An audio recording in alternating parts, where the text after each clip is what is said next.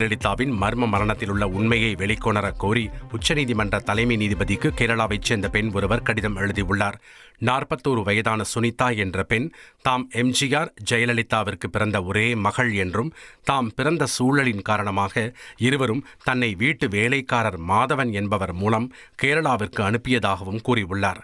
தனது 2½ வயதில் தனது தந்தை எம்ஜிஆர் இறந்துவிட்டதாகவும் 18 வயதின் போது DNA பரிசோதனை செய்ததில் ஜெயலலிதா தனது தாயார் என தெரிய வந்ததாகவும் குறிப்பிட்டுள்ளார்.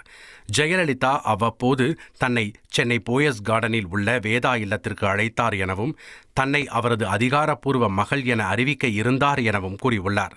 ஜெயலலிதா மாடி படிக்கட்டில் இருந்து தள்ளிவிடப்பட்ட நிலையில் சுயநினைவின்றியோ அல்லது இறந்த நிலையிலோ கிடந்தார் என்றும் அவரை சுற்றி இளவரசி, டிடிவி தினகரன், திவாகரன் இருந்ததாகவும் குறிப்பிட்டுள்ளார். VK சசிகலா ஜெயலலிதாவின் கழுத்தில் காலை வைத்து மிதித்ததாகவும் தாம் கத்த முயன்றபோது காவலாளி வெளியே இழுத்துச் சென்றதாகவும் கூறியுள்ளார். அப்போது தாம் கொண்டு வந்த பையை கூட அங்கு தொலைத்ததாக கூறியுள்ள சுனிதா, அதன் பிறகு கேரளா சென்றதாகவும் இல்லை என்றால் தன்னையும் கொன்று இருப்பார்கள் என்று தெரிவித்தார். கடந்த 8 ஆண்டுகளாக இந்த உண்மையை வெளியே கொண்டுவர வேண்டும் என்று யோசித்ததாகவும் தனது 2 குழந்தைகளின் பாதுகாப்பு கருதி வெளியே சொல்லவில்லை என்று கூறியுள்ளார்.